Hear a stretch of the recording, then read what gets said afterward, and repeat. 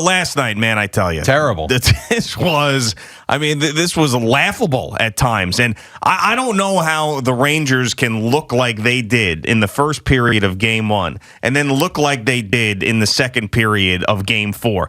We're talking about a completely different hockey team. They first of all, last night, they looked tired. They looked overwhelmed. They looked confused. They were doing things that, basically was like they wanted to get out of there. They lost every faceoff. They were lazy in their own zone. Defensively, they just weren't active at all. And the Penguins almost was like they could feel it. Like they knew they had a shark in a wounded fish. It was like, this is an easy one. We're just going to keep throwing pucks at the net. We're just going to be aggressive, and we're going to see what happens. And, of course, Igor Shesterkin gets pulled again at the end of the second period, and Georgiev plays the third period. But I don't even know if it was so much all his fault. I mean, the goalie's the last line of defense. People are going to talk about that. He's a Vezina favorite. But what was going on in front of him was a borderline atrocity. Well, even what you say going back to Game 3, like that game in and of itself, I couldn't understand. Watching terrible first period, the second period, they were as good as you've seen them all year. They were awesome in the second period on Saturday. And then Sunday was fine. They give up that goal to make it 5-4. Fine. They score a couple empty netters. That was a great game, though. The effort was fantastic. Second period through the third. They didn't score in the third, but still, you felt like at least they played a good game, and you thought if they could get out to a good start, that's all I heard. That's all I read. We got to start better. Got to start fast. Well, you get the first goal last night. And they started fast, and then you're 2 right. 2 minutes in. I would say this, going through the motions. That's what that game looked like to me, specifically late second period, because when they get the goal to make it 4-2, you're thinking, okay, and even the announcers I wasn't watching Sam Rosen. I watched the replay. I saw the first period live last night, and then I watched the second period this morning when I got in. And even the announcers were like, oh, you know what? Look out. This could get them going. And then next thing you know, Pittsburgh gets those 2 goals at the end of the second. The first one, to me, that made it 5-2 was like, oh, that was the killer. And then they score again a minute later. Not even. 50 seconds later. It was like, what happened? Twice that happened. I mean, they scored 2 goals in 24 seconds and 2 goals in 50-something seconds. I mean, it was just, so the Penguins are doing exactly what the Rangers should be doing as far as throwing pucks to the net. Because let's not forget, and I know that Boomer yesterday, you weren't here, but yesterday he's like, oh, you talk about this Louis Domingue like he's, a nothing player, but man, he made some great saves.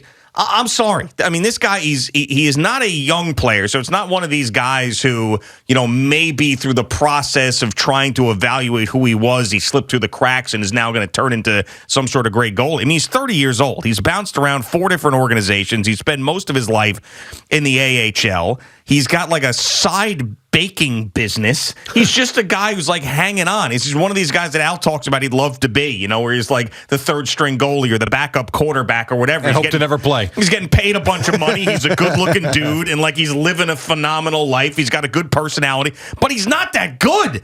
And like the pressure that the Penguins are putting on the Rangers, where it's basically, I mean, you watch these games, it's just flicking pucks to the net, getting guys in front of Shesterkin, just winning faceoffs and bang, shooting the puck right at the net is the pressure that they should be putting on Louis Domingue. And essentially, he's just sitting back there in a rocking chair like, man, hell, this is pretty easy. Yeah. This goaltending in the NHL playoffs, which is, I mean, it's pathetic. You can't have that type of goalie disparity in the NHL and have this happen.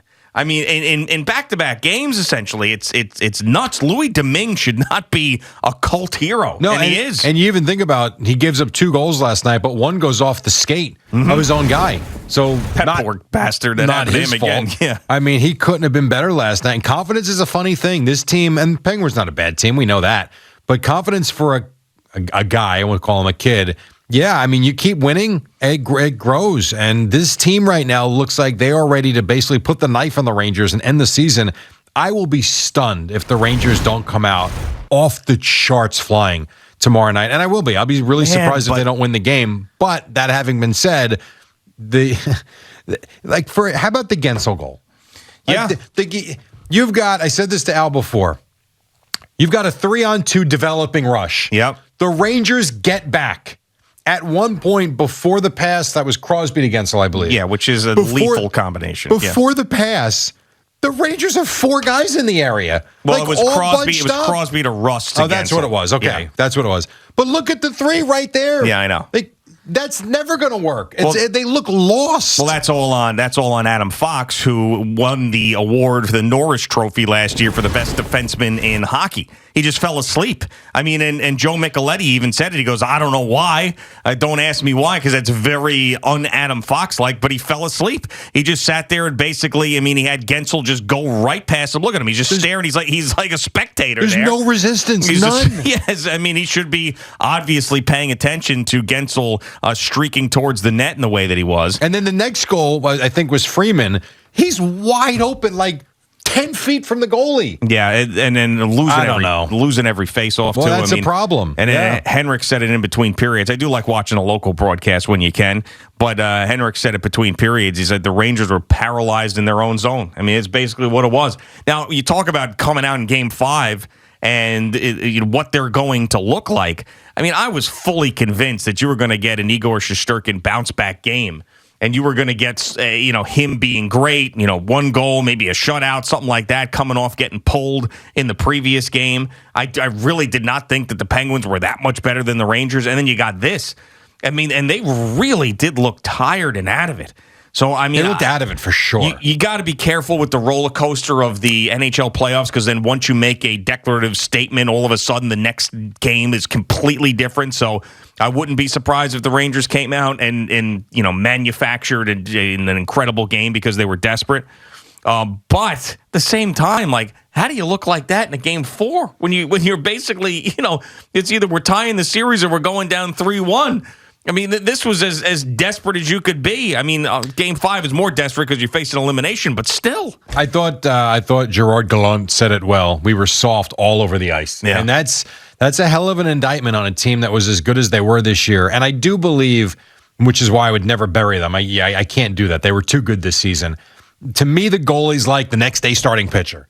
He needs 1 game. If he comes out, meaning Shesterkin, and out of the 7, well, he didn't give up 7, but out of the 6 goals that he was responsible for last night, I would say 2 were squarely on him. The other 4, to me, the team in front of him played like crap. Yeah. That said, if they can turn the page and if he can give you one of those performances, maybe everything changes. If he goes out there and stops 35 shots, the Rangers win 3-1 or 2-0 or something like that. My opinion, I would think, would change very quickly going into what would be a Game 6 to where not all the pressure. It doesn't change there because they would still have the 3-2 lead, but all of a sudden you put a little bit of pressure on the Penguins. Got to come out and got to win that, you would think, because going back to New York. But you got to start with, I know we have fun with them, but it is never more true than now. You got to win a face-off. You got to win, the 4 or 5 minute stretch. You got to win the period, and you got to go win the game. And you got to take it just one shift at a time. Yeah, I remember back, it was 2014, and the Rangers came back 3-1 in the first round series against the Penguins. It was Pittsburgh, yeah. Yeah, and I remember being there at Consol Energy Center, and that Game 4, which is just like this, where the Penguins end up beating the Rangers and they go up 3-1, and I just remember being like, man, this is just like a walk in the park. Then going back there for that Game 7, which was absolutely crazy, and then the Penguins ended up cleaning house after that. So, I mean, obviously, there's precedent for this in the NHL. It does happen. Things can change dramatically, and I guess Gallant said that Shesterkin will be starting, so you don't have to. And he should. You've been, to me, it would be like telling me the ace pitcher who won 21 games, who was a 20-game winner, threw to an ERA of 2.2, had a couple of bad starts, and now we're not going to pitch him. You have to go with What if he gives up 2 goals in the first period of... Well, you can have a quick hook. I'm not saying you can't. I mean, you can definitely do that. But I would 100% I would start him at Madison Square Garden. Now, you want to tell me you were in Pittsburgh and the home ice advantage was different and you were going to Pittsburgh down 3-1 Game 5 with the way he's been treated and heckled and all that? Maybe I think differently. But going back home to the Garden, go out, give me some shutout hockey, and then we go from there. Yeah, I mean, as bad as I think everything in front of Shesterkin was, Georgiev did play better in these situations because think about it. There was like 3 or 4 scoring chances right at the beginning of the third period. Yeah. where Georgiev was stopping those pucks that maybe Shesterkin wasn't. He's carefree, though. I mean, the game's over. It was 6-2 at the time. Yeah. You going in there really thinking that this team is going to come out and score 5 goals in front of you?